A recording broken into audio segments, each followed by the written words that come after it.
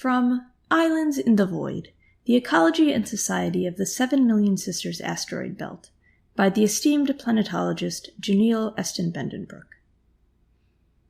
The environment on these asteroid communities, or the lack of environment, leads to the evolution of some curious folklore.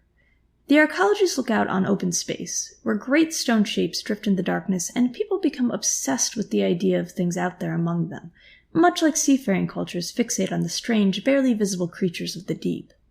There are tales of haunted wrecks, of humanoid forms scurrying across barren rock, of gargantuan beasts lurking just out of sight. One popular, quote-unquote, cryptid is the Hunter, an anomalous starship whose structure is said to be a mixture of mechanical, organic, and energetic elements. The ship emerges from darkness, lingers among the asteroids for a few hours, then disappears. Every arcology has a story about it. Some consider it a harbinger of tragedy, others an omen of good luck. Some tell stories of abductions, or mutilations, or visions. One aged coyly and even claims to have been brought on board for a massive masked orgy. All of these stories touch on one of the Belt's most common anxieties, the fear of being watched. Simultaneously confined and exposed, the people of the arcology spend a lot of time managing their privacy, struggling to balance the need for community with the instinctive desire of most species to hide from the vast openness of space. Thus, they create stories that let them externalize the voyeur, rather than projecting this fear upon their neighbors, a habit that often drives non-planetary societies into a spiral of paranoia and anarchy. A shame, really, that so many lives have been lost simply for the lack of a few good monsters.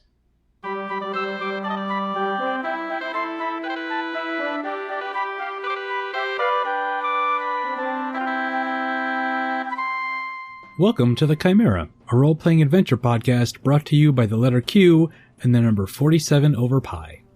Our campaign this week is The Old Bones, which follows a group of alien misfits as they gallivant around the galaxy in a spaceship they don't understand at all.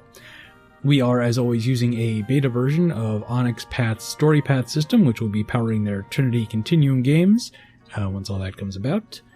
I am Vin LeBate. I usually play Sidra, a living financial instrument, although this week we'll be doing things a little differently, as you will see once I stop talking about it. But I am joined this week by... I'm Braden Lamb. I'm playing Dang, an energy-eating space rhino bodyguard. I'm Kacey Smith, playing Molly Harrow, a human technophile and gadgeteer, and the captain of the ship Chimera. I'm Kelly Weissman Asbruth Jackson. I portray Theron Melanthios, a 7-foot-tall heretical catman. I am Jeffrey Bard, and I play Releth, a galactic lawyer from the wrong side of the Akashic Bleed, and pilot of a mech that goes by the name of Moonin. As well as our GM, Josh Hall-Bachner, who will be taking on the role of everyone and everything in all of existence. Go ahead, Josh. Okay. So, to get into what I wanted to kind of try to do here, as we talked about before, we kind of tentatively planned around doing a set of flashbacks after that last arc to kind of fill in some of the backstory and get to some of the things that we've hinted about on camera, but haven't really gone into a lot of detail. So in pursuit of that, we have a list here, and I had kind of a general frame story for this that I thought we could use as kind of a pretext for getting into some of this history. And then, basically, for most of these, I want to kind of play it relatively fast and loose, like have whoever is actually flashing back play themselves, obviously. But everybody else just kind of picking up NPCs. As we go. Kind of as we go, yeah. Sounds awesome. If that works for everybody. Yeah, it sounds like Yeah. I don't have a ton of prep on this except for like kind of double checking what I have established about any of these things. So, if that works for everybody, I think we're all okay with you steamrolling our headcanons for our characters. Okie doke. Okay, so when after you guys left the Awe system, where did you wind up actually locating Aviri inside the ship? Yeah, I was wondering about that. So, Yeah. I probably would have talked to Aviri a little bit about kind of what they wanted to do next now that they were no longer part of the ship and no longer responsible for the builders. If Aviri wanted to become like installed as some functioning component of the Chimera, or if they wanted to be provided some kind of mobile body, or like, what do you want to do when you grow up? Yeah. So that's kind of the thing, is that as an artificial intelligence that was specifically crafted to serve as like a portion of a interstellar ship, like functionality, like that's actually the sort of the model that they're most comfortable with. They've never been mobile at any point, except for in the sense that they're in a ship that moves around. So that's not something that has obvious appeal to them. Okay. So much as being somewhere where they can, basically kind of interface with different networks and people and everything over time, which certainly being on the Chimera will accomplish. And as I mentioned, they were their purpose on that ship was to some degree kind of some stuff like climate control and other kind of logistical life support and functional things for a region of that giant ship. So if there's anything that you guys want to kind of try to have them hook into, that's certainly. Yeah, I mean, the challenge here is that the Chimera kind of has its own weird intelligence, and most of the things that Aviri would have done are already managed in some way. So there would be a large amount of redundancy. On the other hand, the ship isn't exactly a great communicator of its intentions. So having an Aviri there that might be able to be sort of a go-between between the crew and the sort of nebulous force that is the ship might be. Yeah, you could basically get them to team up. Yeah. I don't know. I mean, when you put it that way, it's less appealing. He didn't say gang up. Yeah. That means I'm doing my job. If nice neutral terms of cooperation are so terrifying to you. Okay, yeah. So Aviri's pretty amenable to that. So then, I guess basically where I'd like to, now there's still a question of where then physically located on the ship. Do you think? Well, I mean, if we're installing them into the ship, do we need a physical location? Well, they're literally like a box. They're a box. So like you don't necessarily have to. That doesn't have to be the place that they're interfaced with once they're in, but somebody does in fact have to actually hook them. You have to put the server somewhere, and you have to put it somewhere. Yeah, you have to have a server room. Well, since this guy is pretty much a mechanical sentience, I'm thinking the goat might be the most appropriate area, because that's the area that's most completely mechanical. So it's probably the area that'll be most compatible for working out an interface and creating a area that won't have vines or energy orbs interfering with it. Won't get too humid. Isn't that where my brains. Isn't that where Sidra is like sleeping? Generally? Well, I've got a room. So I've got a room. I've just sort of expanded the space. So this is just like the sweet living room off of your bedroom, basically. Yeah. Okay. Yeah. So Sidra's okay with that then? Well, how big is the box? Hopefully big enough to be a coffee table. If I remember correctly, it was it's like the size of it's kind of like the size that you get if you thought of like a server rack or something, like a singular server rack. Like it's maybe a couple feet across and then tall, it's like a mini fridge. No, like a maxi fridge. More like a it's tall. It's cylindrical. Yeah. I would probably put it in the engine room. Yeah, I mean we could. I don't I don't know if you want your... Like, if it's a primarily communicative device, I don't know if you need it in the room with the things that make the ship go. But... Well, no, I just assumed that it would be able to talk to us from anywhere on the ship once it was plugged in. Yeah, I just mean I don't know if I, like... I'm trying to think what area would be most easily accessible routinely by everyone. Mm-hmm. Yeah, I mean, either of those should be places that you guys go to pretty regularly, as far as I can tell, so... Yeah. I mean, the third option is to stick it in the Lion, which sort of generates its own interfaces all the time. So it could sort of be altered easily on the fly. Well, if we put it in the Lion, we could just put it in a wall, right? I mean, basically, it could just sit in an energy field. That's true. Plugged in through energy conduits, right? And then if we need to access it physically, it could just be like, you know, up out of the floor or whatever. So we bubble it, basically. Yeah, the Lion is the most adaptable space. Yeah, that's actually a pretty good point. Yeah. So I think that's probably a good call. Okay. That works. So you can certainly set it up that way as described, but actually integrating it is still going to be kind of a process. So yeah, and Molly kind of wants to make sure that, like, the Chimera is okay with it before she shoves a new sentience into it. So I'm assuming it's going to take like a few weeks to figure that out and then start figuring out how to actually integrate the two. Yeah. So how would you actually approach that? I'm kind of curious, like trying to get a read on that from the Chimera. Yeah, that's a good question. I mean, I guess Molly's futzed around with different areas well enough to sort of, I don't know, I guess have a sense of the ship's mood, or at least its like approval or disapproval or apathy towards things that she does to it.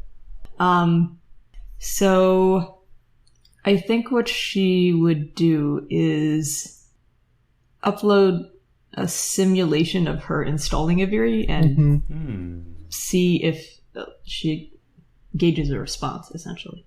Okay. From the ship. Yeah. I think the response is probably not instant on that, and when it comes, it's basically going to be in the format of that section, the section of the line where you're talking about kind of preparing itself, like kind of creating a workspace to kind of dig into this. Okay, well that seems like a thumbs up then. Cool. Okay. I'm definitely hanging around for this process and observing. And probably not otherwise doing much by way of helping. Okay. So what I like to, cut to, some point in this process. Basically, you're in there, and you're probably doing a lot of kind of fine-grained, like energetic surgery, plugging in all the cables and rewiring everything and all this stuff, right? The interface that a system like Aviri is using is pretty complex if you're actually trying to integrate it with the ship and not just kind of like let it talk on kind of a verbal level. So that's, that's kind of what you're working on. And so this process is kind of taking a while. And so they're, I think, basically kind of trying to pass the time by, chatting with you. That sounds like fun. So... at this point, I think they're, they've basically been kind of digging into what they have left of their kind of memory vaults and digging out some stuff. So they've just taken the time to repeat basically like a series of kind of food, like meal-related etiquette and like functional processes that would have been followed on that ship for a variety of different species. It's all kind of very to the side, but you kind of can get certain pieces of information about this. Several of the species that are prominent in the galaxy now come up. You hear about the Nasiri and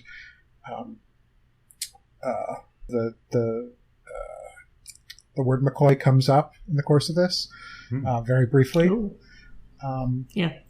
but a lot of it is just species that you've never heard of, and all kinds of very strange descriptions of how different groups need to be segregated, during the mealtime, and like different, temperatures used to heat different types of food items, for the safety of people from different types of atmospheres and all this kind of stuff.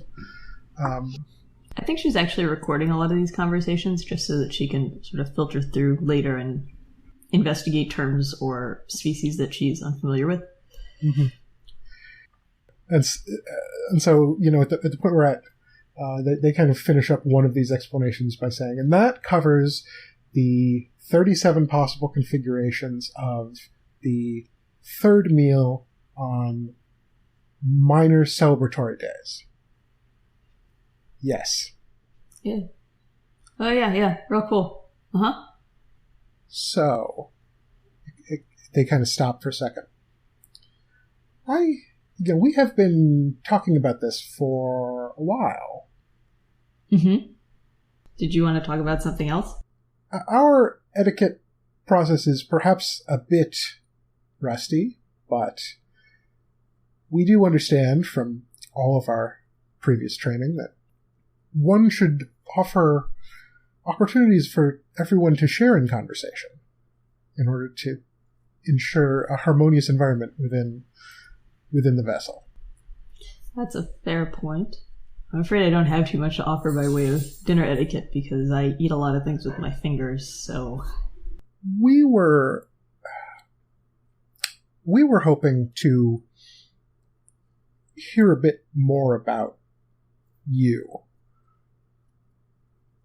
Oh. Our understanding of the world and our place within it here, having left our previous long-term home, is still a little bit incomplete. We've attempted to gather it from the informational stores that we have access to, but there's a certain... They stop and wait for, the right word here. Your species would say human touch. That is missing. So you want my perception of recent events?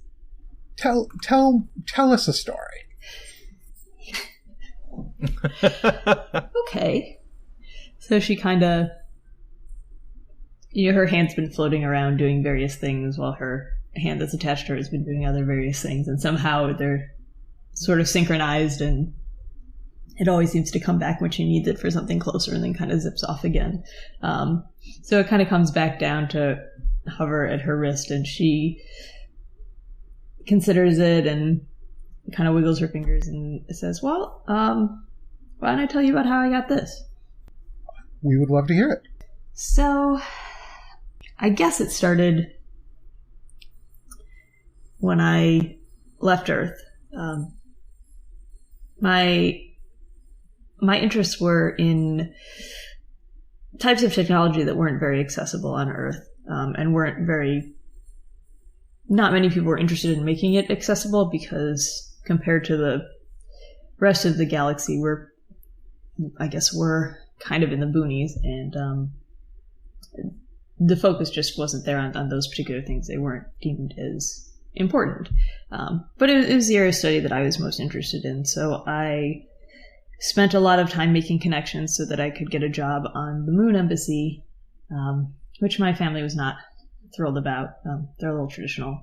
And but I went, and I actually got a job further down, in a world along the spine, which I was very excited about, but was pretty lame as it turned out. A lot more paper pushing and a lot less actual interesting projects than I would have hoped for, despite the increased variety of species that I was working with, and increased types of technology that were there. So I guess I was sort of thinking about leaving, and then Earth blorped, and I just thought, fuck it, and left. And that was an interesting year. So basically, I would say just set a scene and like tag in a couple NPCs that are wherever you are, like in this kind of flashback, and we'll start from there and then kind of flow it more like regular play from that point. So this would be, I guess, a few days after Earth was considered gone, and Molly had left her job without really giving any kind of notice. She just didn't really show up that day and didn't show up again. And kind of packed up her stuff in her shitty little apartment and left without really any sense of where she was going, or any particular like concern for where she was going. And found herself in a seedy, dubious bar, as these things tend to go, where she's sitting at the counter and having a drink that kind of gives off little flickers of light every so often in different colors, and has an umbrella in it. Of course. And she's kind of watching the bartender, who has a trunk that he uses as well as his hands to do different bar things. And she's kind of contemplating sort of the neural pathways that would allow for that sort of versatility when you also had hands and arms, and be wondering about the hygiene of it. And there's some regulars in the bar. She doesn't know exactly who they are, but those tables that are always occupied by someone. There's someone who's looking kind of scruffy and just down on life in general, sitting in a corner and has like a few empty glasses and is working on another glass and doesn't seem to be planning on leaving anytime soon. There's someone actually dressed a little bit more tidily, like they kind of are stuck here but aren't really supposed to be here. They keep sort of checking. It's not a watch, it's sort of like a pocket watch, except they open the pocket and it just sort of like floats up and nice. The time is visible and then kind of jumps back down to the pocket. So they keep doing that really regularly, and looking generally kind of just irritated and impatient. And there's this kind of small square robot that rolls around on wheels and has two arms that are kind of long enough that they drag behind if they're hung down, so they tend to be sort of held up. And that's just kind of cleaning up debris on the floor. But every so often you can overhear that there's like some muttered commentary as it does it, which makes her wonder if it's either programmed to be annoyed or like there's something, misfiring the programming. So she's considering if she wants to get up to like grab it and bother it, but right now she just doesn't care enough. All right, think fast. Let's everybody grab somebody from that list. I want to be the trunk person. I'll be a bartender. Oh, okay, got it. Yep. Robot. Yeah, I think we all saw that coming. I'll be the shiny guy with the pocket watch. Okay. Who's waiting? Was there one more? Yeah, there was like a sad looking regular. Okay. Any other details? Several drinks in. I kept like species thing. I don't know if you guys want to determine what each of you actually looks like more than the... Let me hand out a couple names here real quick. Cool. The name of the robot is Oxtron. The bartender is named Bobed, Bobed. And let's go with, let's see, Denolo for the guy with the pocket watch. Denolo. And Orof, Orophe, for the Sad Sack guy. Oh, right. Sad Sack guy. Okay. All right. You got names? Oh, I didn't catch if there was another obvious personality to Oxtron. The only thing I said was that every so often you could overhear him sort of muttering in a tone that sounds irritated. Ah, okay. Unhappy robot. All right. Look, lady, I got certifications. You don't have to worry about... I'm just saying, like... You don't have to worry about the hygiene in this place. I'm just saying if you sneeze. I know how to sneeze like a professional. I know that a lot of you folks that have regular, grabby limbs and nothing else, you guys get a little touchy about, the snoot. But I assure you that I have certifications from all of the proper hygienical offices and several of the best bartending schools in the system. Oh yeah, so are you saying I should be less nosy? I should keep my nose out of it? All right, that's just racist. Shouldn't go sniffing around? They're always so amused. He just wanders off at this point, having decided that you are not someone who is interested in genuine conversation. That's fairly accurate at the moment. Shout if you need anything. Oh, will do. Guess I was a little too on the nose there. Jeez. He does not give you a look. Earthlings. Hey, lady, do you know what the name of this bar is? Sorry, what? Come again? What is the name of this bar? I'm not sure I'm in the right place. I don't know. Its name for me is the first bar I found. The first bar you found? That's not the place I'm supposed to be. Well, that's probably not actually its name. I was being facetious. It's the Two Doors. Oh. The Two Doors? Bobbit just shouts that across the room. Yeah, this is the place I'm supposed to be. Thanks, man. Ugh. He goes back to kind of impatiently Right. looking at his watch. Two horse. So the very sad semi-gelatinous slug person, Orif, sort of slurms over towards Molly and doesn't exactly climb up onto a stool, but kind of envelops a stool with its body. Puts down one pseudopod and seems like maybe trying to get the bartender's attention, but not like in a very effective or really involved way, just sort of like something to do. Makes a grunting noise. Well, you look like you've had a day. Well, I always look like this. But I have had a day. What was your day like?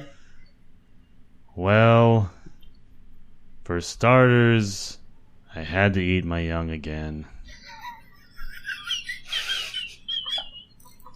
And it just got worse from there. Here we go. What, like all of them or just a few? Well, a couple dozen. But laying season starts again next month, so it's not that big of a deal. It's just, a crummy start to the day. Sure, yeah. Nothing like getting up on the wrong side of the hive of small teeming creatures. You said it, honey. Then Orf is going to hold out glass that's got like a couple of little pebbles in it and sort of tinkle them back and forth. Give me another one, Bobed. Yeah, you're approaching your limit.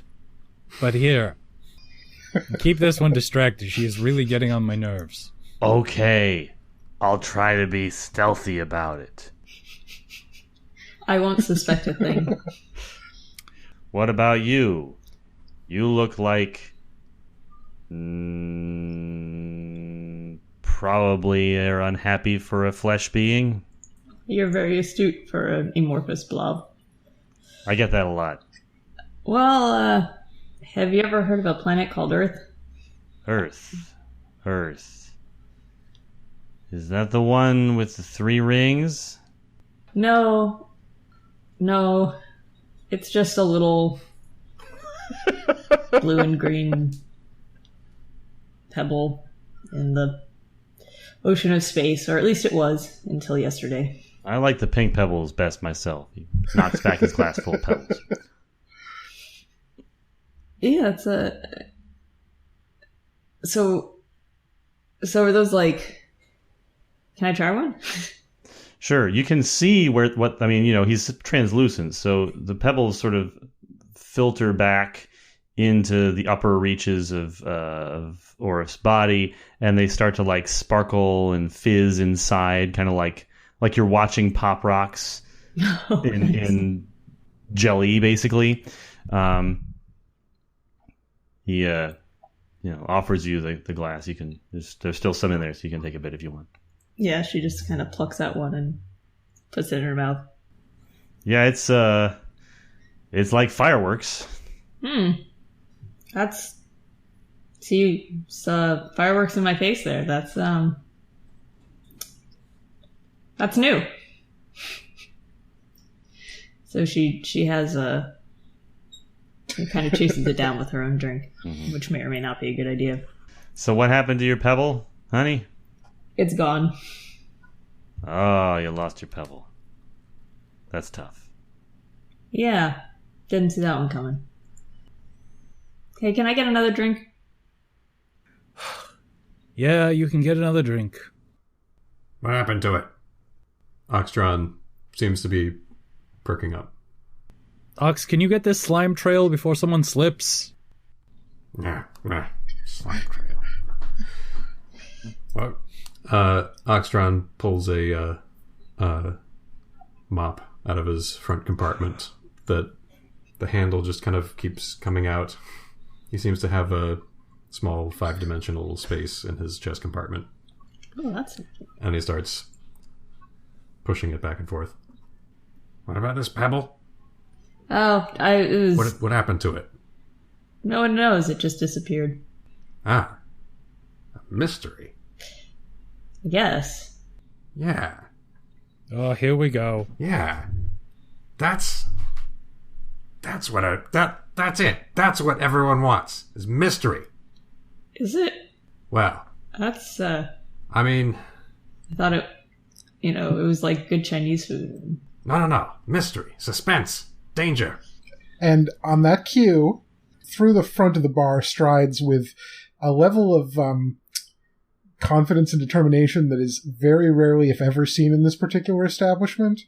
A gentleman who's a youngish Ardori, slim, hair, that's kind of covers all of the possible, ones on the spectrum for an Ardori, but very heavily slicked back, and very put together, kind of a tight Ardori equivalent of a business suit. So I'm guessing that since this would be, it would basically be something that's like formal wear, but kind of with the inflection of the treasury like uniforms. So a little bit of kind of a roby thing going on, maybe somewhere in the neighborhood of like a kimono or something. I don't know, but like obviously formal, but not quite what you get in a human. That sounds about suit. right. And carrying something that appears to be a ball of metal around the size of a small bag with an energy handle.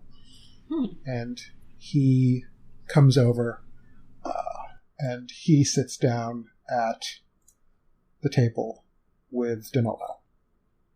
Sits down, puts the bag up on the table, puts his hands together, fingers, kind of villain arched. You're 5 minutes late. You said that you were going to be on time. You're 5 minutes late. Opens his hands up and kind of, makes a vague, shrugging gesture. Goes, we operate on the time frame of our own interests. I expect for an operation like this that details matter. Details matter. But thank you for being here. I apologize. He sighs. And he looks away. Like he can't make eye contact with him. So he sighs and he kind of reaches one hand over and holds the side of the bag that he brought gently. It's like, do you have your group assembled? The group is assembled. They are ready to move. On your word. He reaches over, taps a few spots on the bag that kind of like light up underneath his fingers. And when he taps the last one, there's like a click. The handle, which is previously kind of this like yellowish energy, turns green, and then a seam appears in the middle, and it kind of, the top part of the globe peels open, and inside there's two things. One, a little section where a bunch of mote chips have been slotted into, kind of like the sort of thing that you use to carry poker chips around. Mm-hmm. And they're, just kind of a dull purple glow from that. So that kind of reflects, just how much money there is there. Okay. And then over to one side, there's a little object that kind of has this really, beautiful appearance.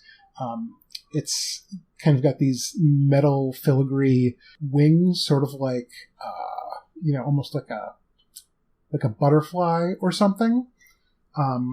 But you can, but there's also kind of parts of it that are clearly kind of coated in like a biokite, like it's like a cyborg insect. Ooh. Or something. Okay. And, as he opens it up, whatever this thing is, it kind of makes a little buzzing noise that is kind of halfway between like a cicada drone and like a motor revving. So this, I would expect that Molly can pick out a sound like that from a distance easily, even if she's not looking. So. Oh yeah. Yeah. She's going to sort of shift in her seat. Or actually, so I'm trying to think where they're sitting in relation to one another. Like, how obvious is it if she starts looking? I think that table is like a little bit away, so you could probably look without immediately being obvious. Okay. So she's going to say to Orif, hey, would you mind just switching to the seat over here next to me? I kind of want to see what they're doing, but it would be less obvious if I was looking through you than just staring at them. Sure. What do I care? I'll get your next round of pebbles. Oh. Well, now you're speaking my language. Well, you're speaking your language, and then it's being translated in my head into my language. But the point is you're buying me a drink, so happily. He slithers away from the stool and ceases to envelop it, and then moves around and develops a new stool. For crying, another one? Pick one. I just picked this one. Friggin' robot. Bobet is just sort of going about his behind-the-counter duties, but he is clearly not taking his eyes off of that transaction, and is definitely occasionally stopping by to double-check the plasma thrower that he keeps under the counter in case things get unpleasant in here. So Molly's just gonna face Orif as, if she's talking to him and sort of have like a half-assed, not really paying attention conversation, while she looks through him at whatever's going on at the table. Okay. You from that vantage point, then, you can see certainly the Ardori gentleman gently kind of pick this up out of the case, hold it up. He kind of taps gently on it a little bit. The wings go a little bit faster, and you get some kind of chromatic glowing, like different kind of lights that spread around it on the edges. In what seems like it's not just like a repeating pattern. It seems like it's like contextual, but and it kind of like flits a little in his hand. It turns a little bit, so you can see it seems to be like it's pretty mobile. That's a cool toy. I like that toy. So at this point, he looks at Danilo and kind of gestures towards it, with kind of the face that is expressing like, well, what do you think? I think that is perfect for our plan. And the other part looks correct as well. So let's go ahead and plan on moving forward with this. As always, I'm only too happy to do business with you. Absolutely. He kind of gently puts it back in the case, clicks it together, handle turns yellow again. We should have the target returned to you by this time tomorrow. He stands up, he kind of bows relatively smoothly, and makes kind of an Ardori-like farewell gesture, which I think, Vin, you probably would have a better idea what that might look like than I would, but... It's probably just a really subtle bow, like a sharp inclination of the head. Okay. Well, he does that then. So definitely one to to stick on the formalities here. Danilo returns that gesture perfectly, like perfectly, like he is part of that race. He's been doing this for forever. Nice. Okay. And he kind of stands up, adjusts his collar, and turns around to walk back out. Danilo goes up to the bar, at the very end of the bar where there's nobody hanging around, hits the table twice, hits the table 3 times, hits the table twice, and says, a drink, please. Mm-hmm. So Molly's gonna say to Orif, thanks, man. Next round of pebbles, totally on me. Just let, Bobid know. And she kind of scoots down to sit next to Danilo. Hey, Obed! This fleshy lady is buying me my next drink. You're my witness. Oh, please don't give this guy any more pebbles.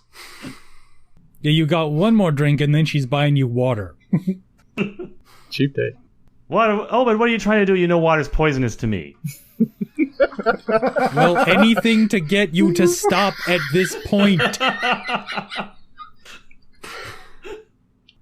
So Molly sits down next to Danilo and kind of takes a look at this sort of round spherical case that he has, and she goes, "Oh, so you bowl?" He looks at her and takes the package and moves it to his left in his left hand in all one really smooth kind of motion, and says, "What package?" The one that you just moved to your left hand in a really smooth motion. Look, lady, I don't know you. You seem very nice, but... I am. I'm great. In fact, I am so nice that I'm going to help you out with whatever you're up to next. I gotta say, you need to pretend that you never saw that package. No. Way too late for that. Way too interested. Sorry. You basically have 2 options here. You take me along on whatever's happening with this magic flying critter and the large amount of motes that come with it, or I just start letting it leak that I saw you here and you have those things.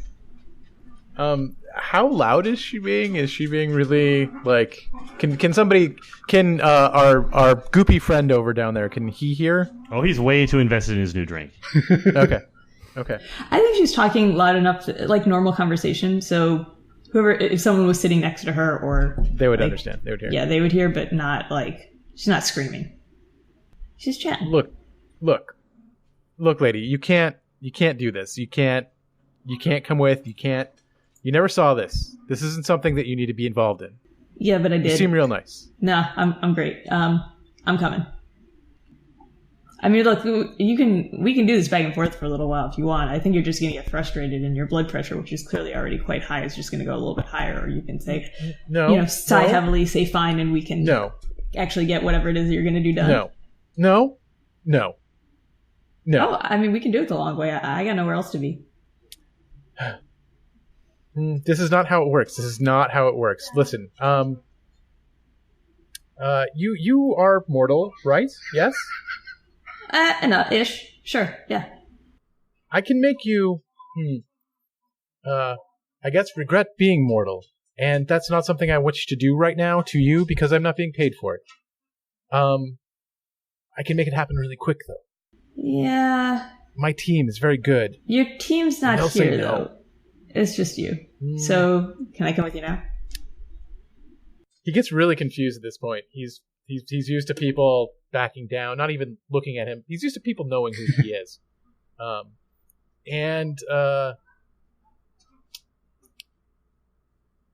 Look, you're obviously not afraid. Correct. And that's good. But what else do you bring to the table? Well, I'm pretty good with mechanical things, electrical things, biomechanical things. You seem to have one of those.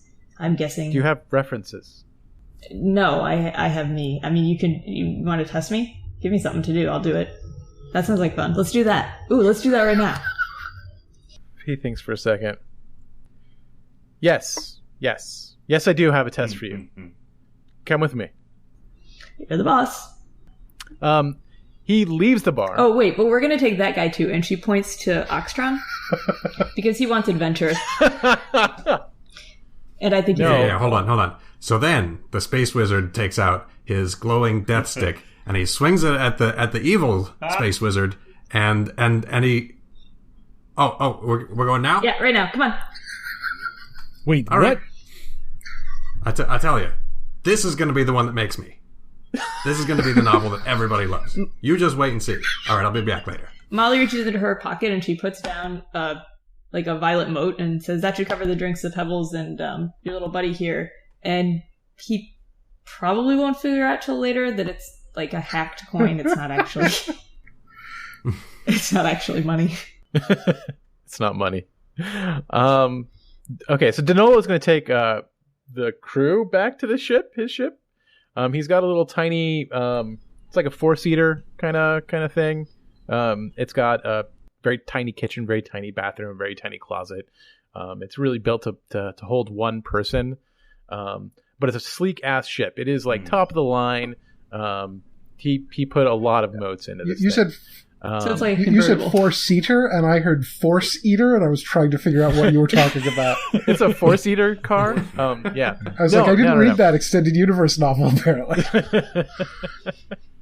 It's a Yes Almiri. So he leads Molly and Oxtron onto the ship. And he goes into sort of like what would be the engine room. And for a ship that this small, it's pretty tiny. Again, it's a super top of the line engine. It can ride the bones like nobody else's business. So he's like, yeah. So this thing has been giving me trouble. This engine has been giving me oscillations. I think is the word, while we're in transit. I would like those to stop. I would like very much for those to stop. Okay. If you can make them stop, then you can come with me. Okay. Well, I want to hear him, so let's go somewhere. All right. So, yes. And then very quickly, he pushes her into the engine room, closes it, and locks it. Not super surprising, but slightly inconvenient. Okay. So she's gonna... and then eventually the ship does take off. And the oscillations are pretty bad. Yeah. So she's gonna, I guess, open the hatch if there's a hatch, or otherwise just watch the thing move and oscillate. She's like, oh yeah, he really needs to recalibrate his, oh god. Fusmatron. Yeah, who's a Jodhpur widget and reverse I'm gonna say that this is kind of like, this is a parallel to the kind of things that people like bring their Ferrari in for service, and the guy just kind of like rolls their eyes at them when they drop it off. Like, this is like this great high performance machine that like some really stupid thing has not been done on the maintenance for it, and now it's a problem. Right.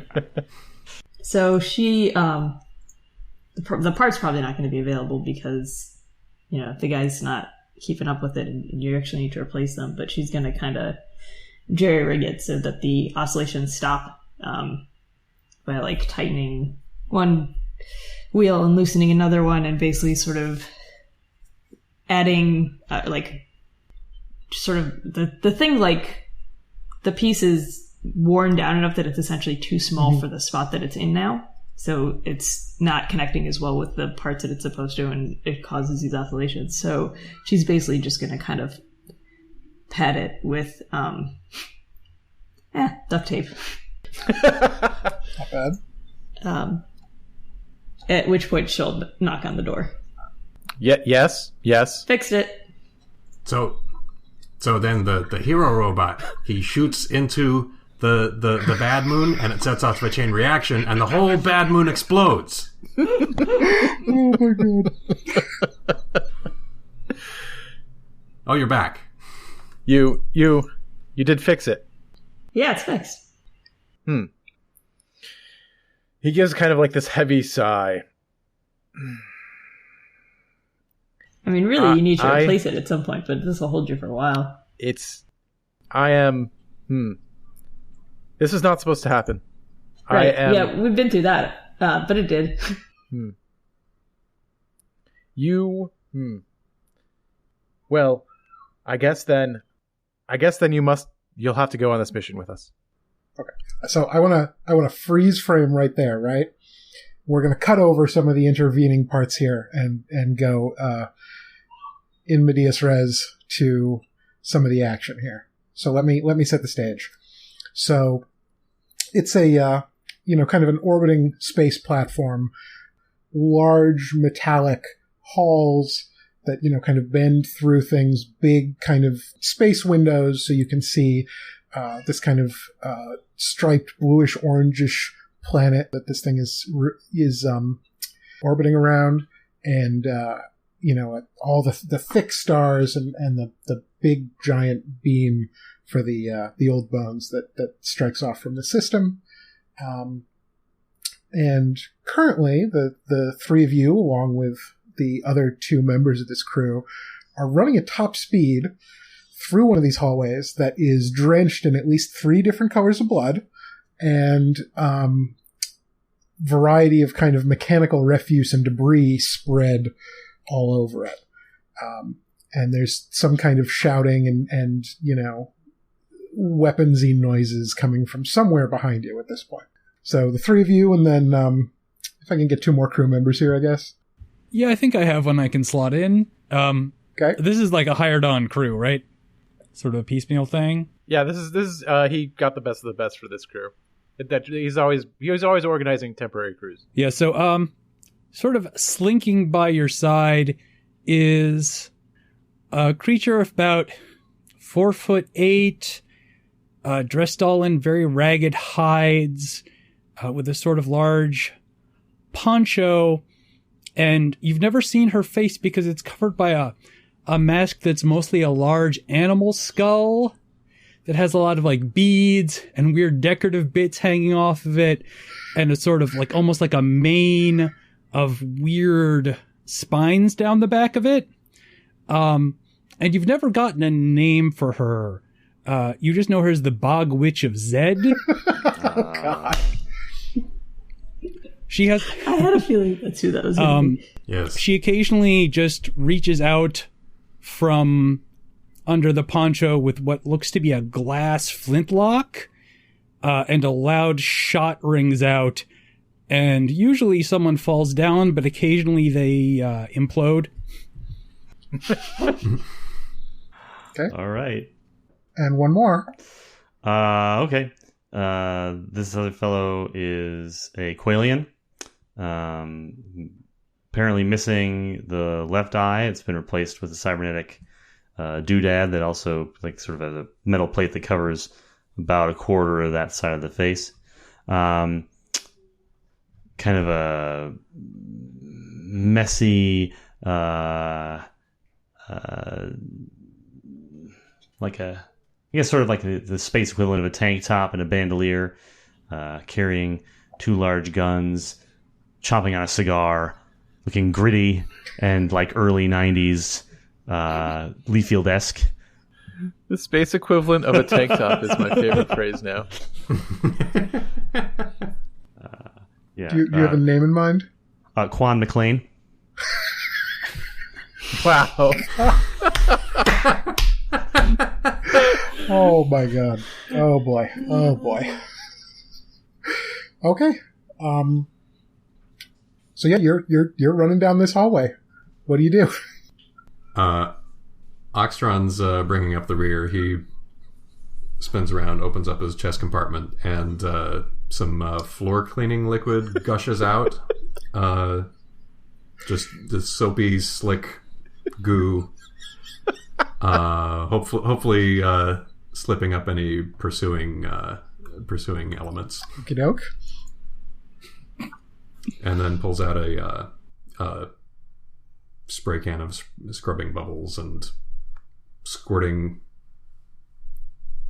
not very well, just sort of squirting at the other pursuing elements. So Molly's running with the group, and some point has probably managed to appropriate the little biomechanical insect thing, which she's sort of got perched on her shoulder. And she's gonna kind of intermittently, point and, or actually it's gonna bring up a little map of the place that they're running so that they can orient towards where they should be going next to get out. I'm assuming, or towards whatever it is they're chasing. And she's giggling.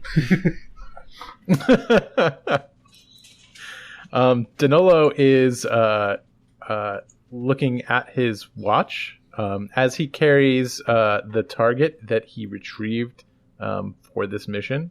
I don't know what I'm retrieving, though. Yeah, that's fine. It's a MacGuffin. Okay. I was just making sure it wasn't Sidra.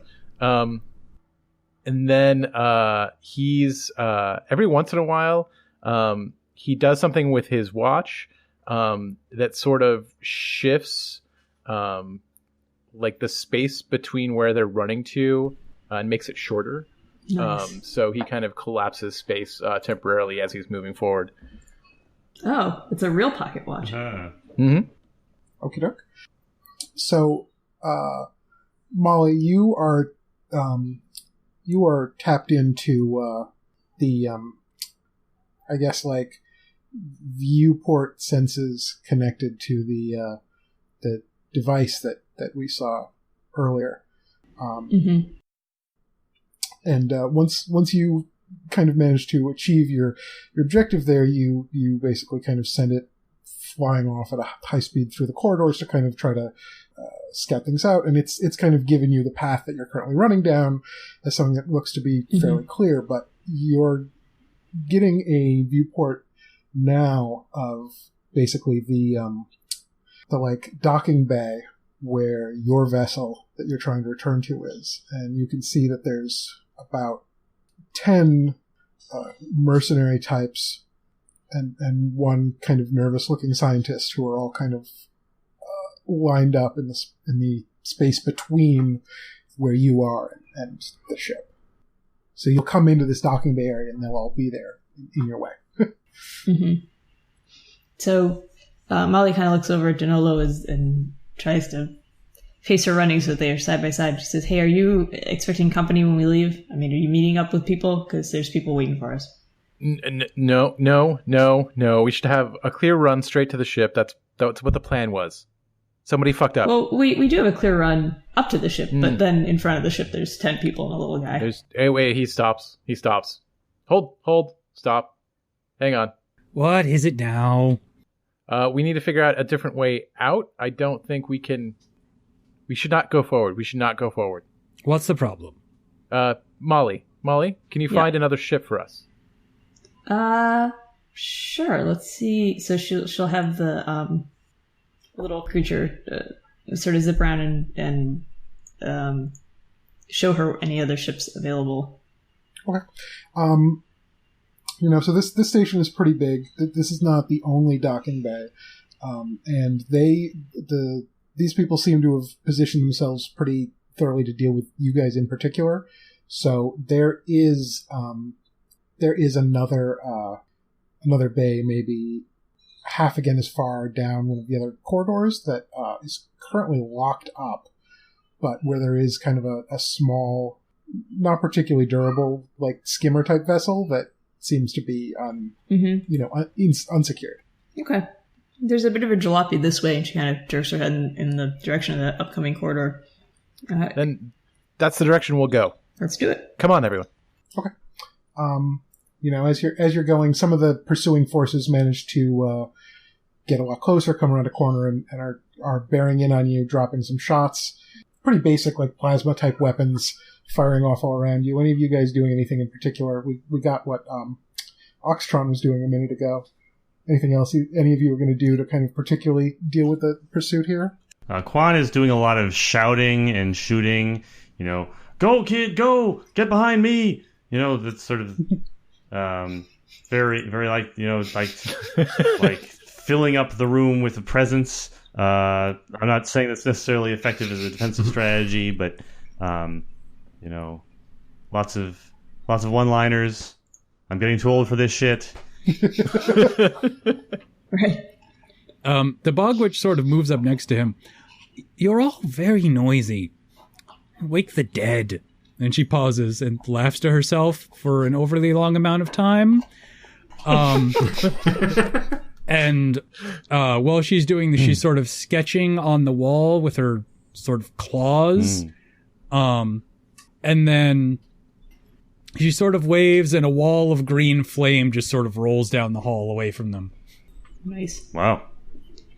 I mean, I think Molly's mostly just running. Yeah, Danolo's focused on trying to shorten the distance between them and their target. And then he's also going to start the self-destruct routine on his old ship. Okay, that's a good idea. And just after you got it fixed, too. I know. I guess that explains why it doesn't keep up on maintenance. You've got plenty of money to get a new one. Okay. So you guys managed to move down the hallway.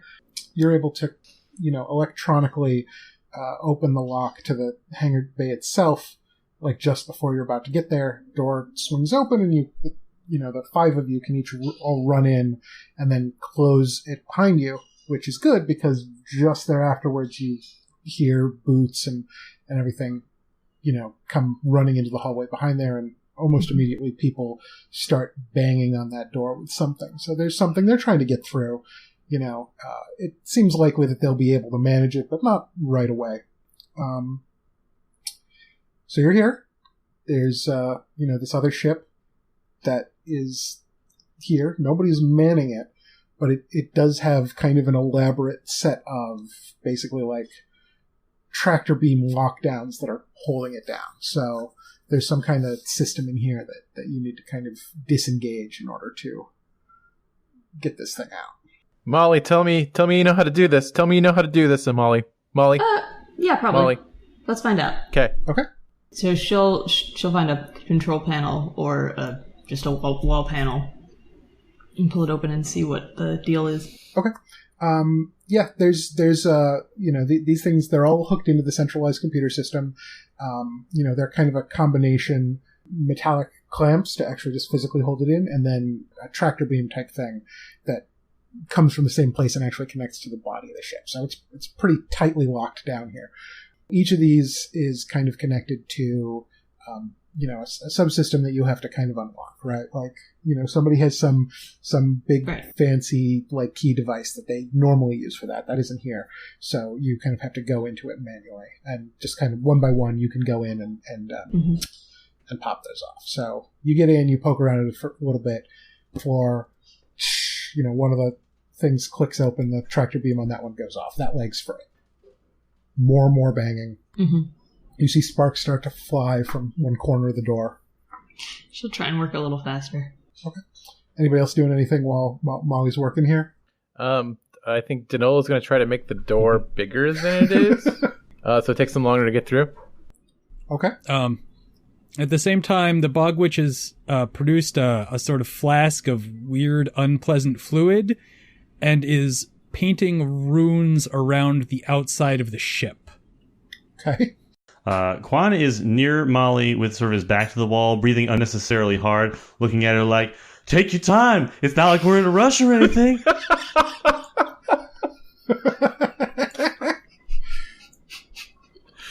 Okay.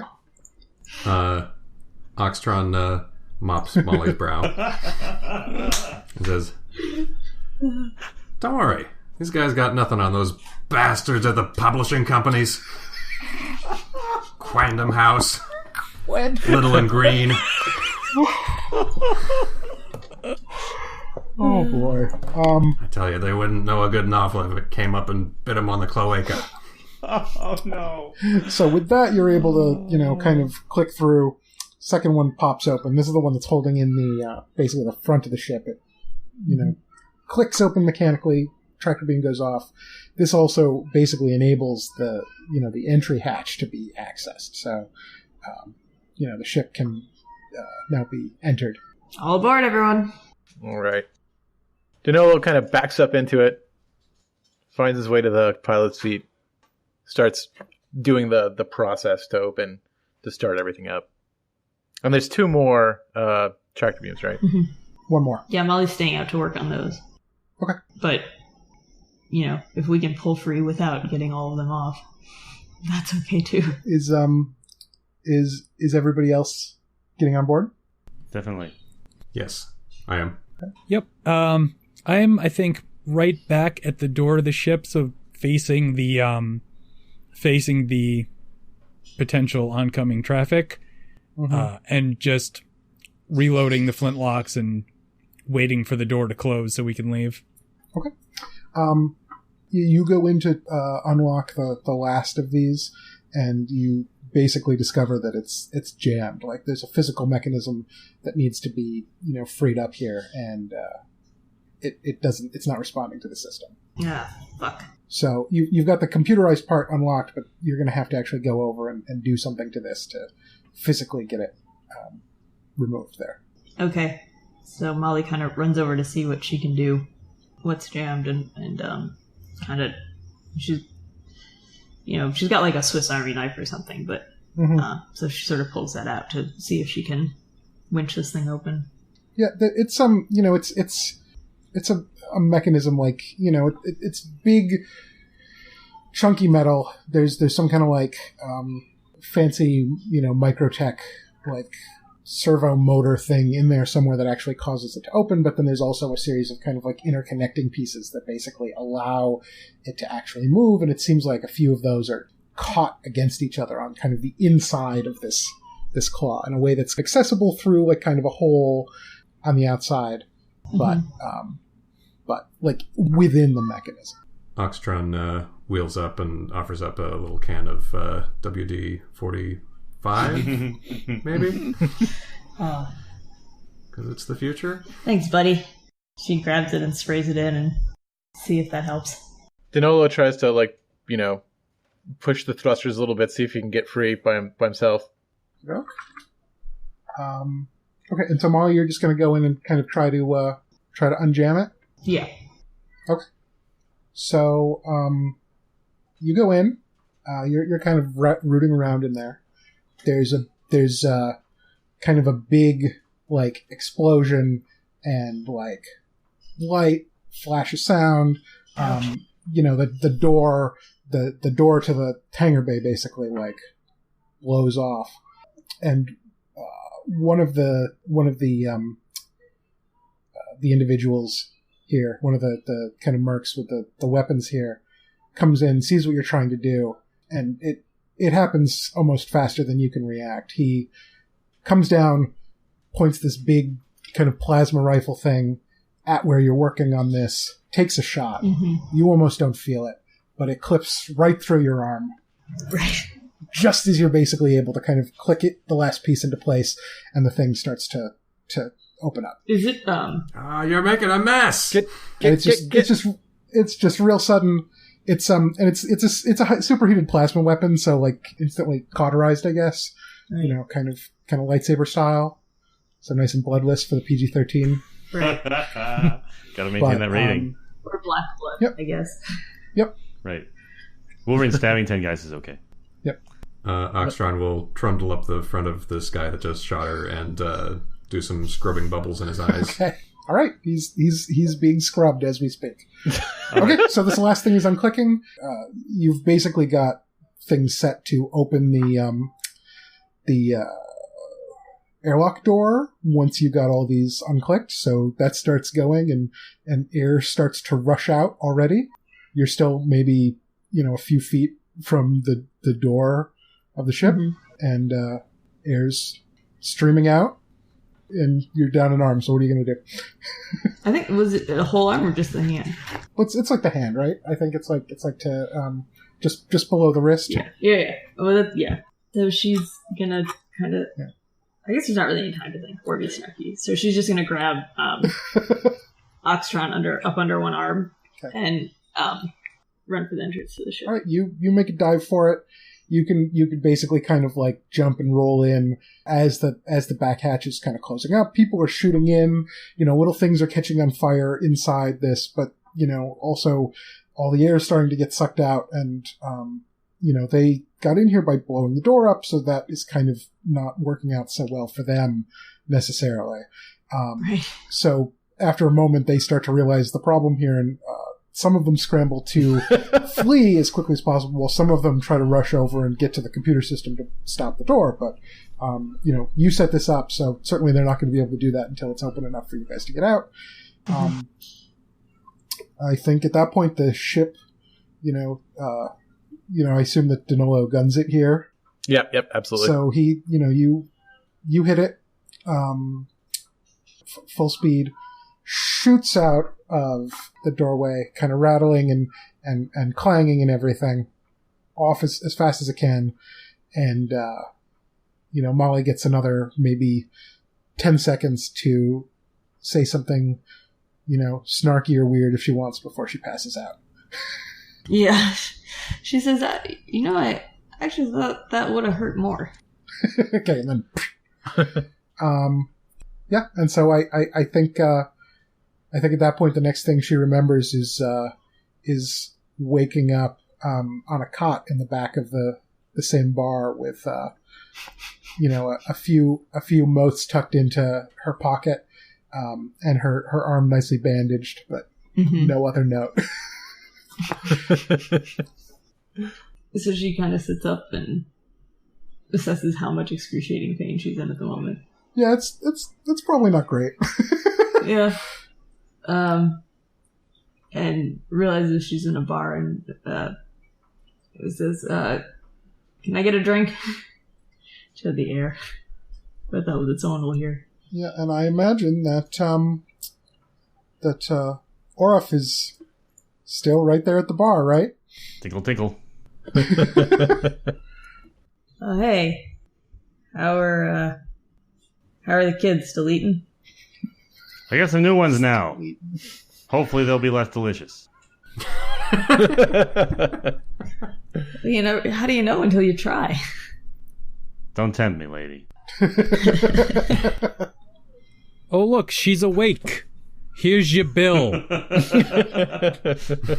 I don't normally provide triage. However... You gave me a hand?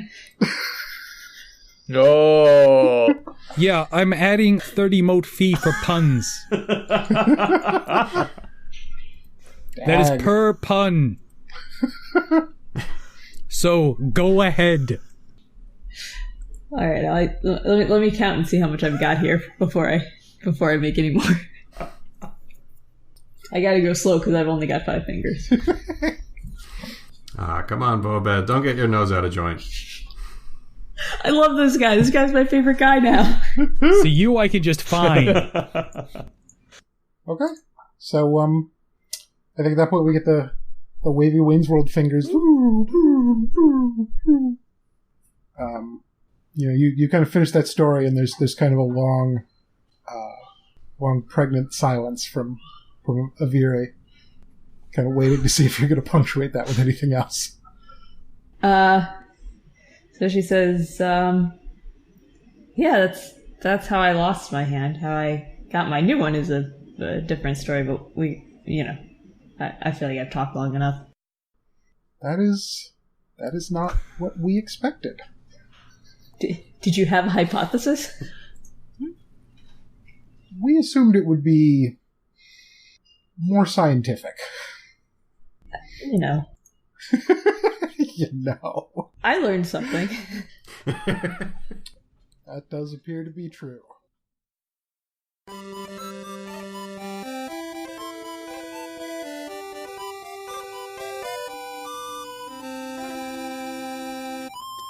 That's it this week for the Chimera. If you're enjoying the show, please stop by iTunes or Stitcher or what have you and leave us a rating and a review.